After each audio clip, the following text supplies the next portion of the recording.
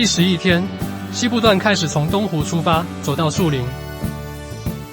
预计分成3个段落走。第一段淡水到宜兰已完成，第2段西部路线会到高雄小港。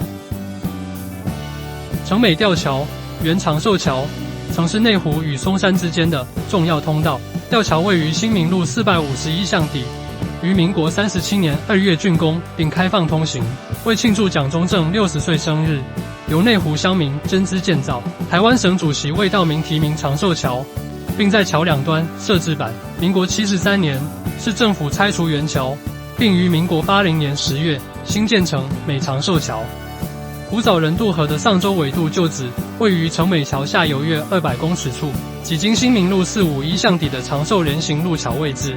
下洲纬度旧址位于新民路621巷底，早期是上下洲伪装鲜明，通往南港、松山老街的必经渡口。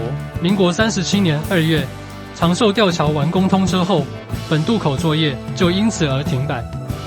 1654年，荷兰人绘制的大台北古地图、淡水与其附近村社及基隆岛略图，地图显示，基隆河内湖段北岸有凯达格兰平埔族的李族社及大大优社，南岸稍上游有马里吉吼社，经松山饶河涧一带。今天会有个同事加入陪走一段。八德市场以前满是违章建筑，建国北路是一条小路，两旁是小吃店、杂货店，梅尔顿补习班也在此。邓丽君曾来学英文。光华路桥于民国60年通车，跨过铁路与八德路，桥下的光华商场成为当地经济重心，从旧书摊发展到销售电子零件和各种日文书籍、电影、游戏软体。光华商场的黄金时期，月薪最高有2-3万元，而房子一坪才6万元。杭州南路上的青岛豆浆店，在南昌路的肯德基休息。美籍华裔大师林童岩为了向昭和吊桥致敬，设计出远东第一座斜张式吊桥，玉砾混凝土构造的光复新桥。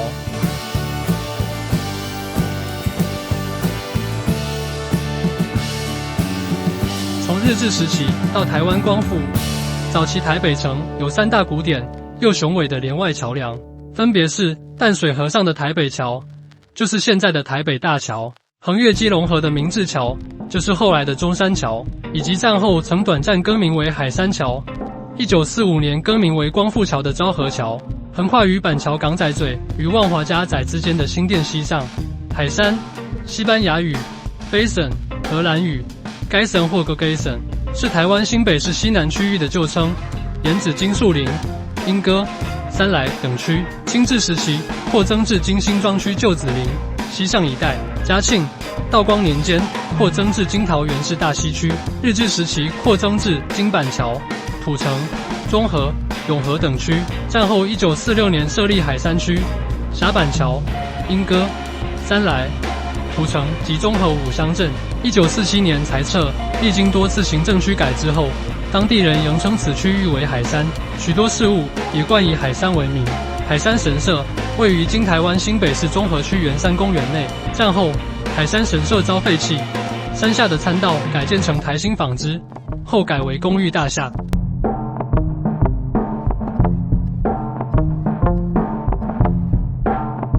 海山神社现仅存阶梯与第3鸟居做出等残。海山卷一所设于板桥街，所址为旧台北县政府，现为新北市政府警察局。这家泰式好吃，常常需要排队。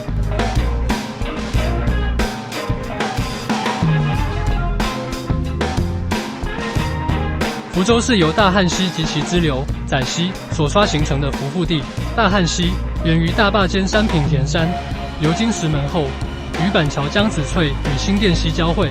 汇流前，水流缓慢，河道逐渐淤积成沙洲，最终成为福州。1776年，泉州人吴少公来台，起初在新庄一带开垦，后来遇到械斗，于是越过大汉溪，来到这荒地耕农。是地上有大竹三抱，故取名三抱竹。早期方桥街的原住民是住在北边聚落社后一带，后有原住民跨越仔沟，来到这区种菜，故称番仔园，后称欢仔园。当时福州居民主要为泉州人，而板桥居民多为漳州人，两者不相，且历来不容辖。福州泉州人生活圈主要在大汉溪对岸的新一带，与板桥漳州人互动不多。1895年淡水厅全图上，福州与三重都仅标示个普字，表荒地之意。1910年代，因欧洲人偏好花茶，故蒙甲地区的茶叶就需要有茉莉花来调香。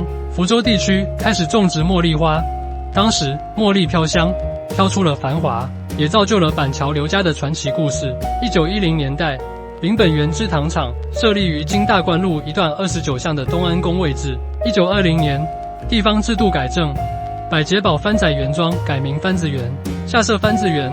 三爆竹及福州首次出现福州的名称。桥与树林之间隔着大汉溪相望，早期尚未兴建桥梁联系两地交通，此处原有福州恩沙公渡。1951年，民国40年，架设中兴桥而废渡。1976年，民国65年，中兴桥改建，更名为福州桥。而福州地区因为地形关系，早年极为容易淹水。知名作家艾雅曾经在《绿岸围城福州岛》书中提到，过去经过福州桥的经验，这座桥梁曾经是他每天从位于福州的家到树林中学上课的必经之路，而这上学之路曾经在大雨中淹没。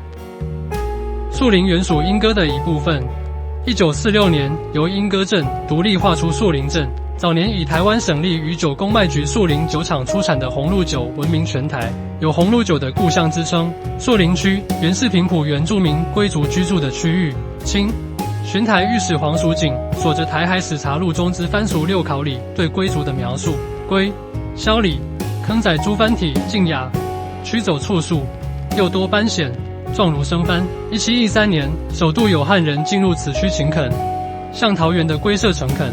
后来形成海山庄及海山堡。海山堡西南边为桃建堡，北边为八里笨堡、新直堡，东边为百街堡、文山堡，南边为梵地。树林在地，吉祥物红宝宝，将红比喻成红宝石，象征树林珍贵的文化资产。早年在此地生活的汉人开了许多打铁铺，使用风柜，故早期称为风柜店。至于树林这个名称，有两种说法。一是此地原本有许多树丛，二是清朝乾隆年间为防水患，在河堤上种植许多树木。无论哪种说法，树林这个名称都与树木相关。日本人于1901年在此地设立树林停车场，1940年改成树林驿，光复之后改成树林车站。走到树林，这时才下午3点，原本想继续往下走，但下起了大雨。以上就是第11天东湖左道树林。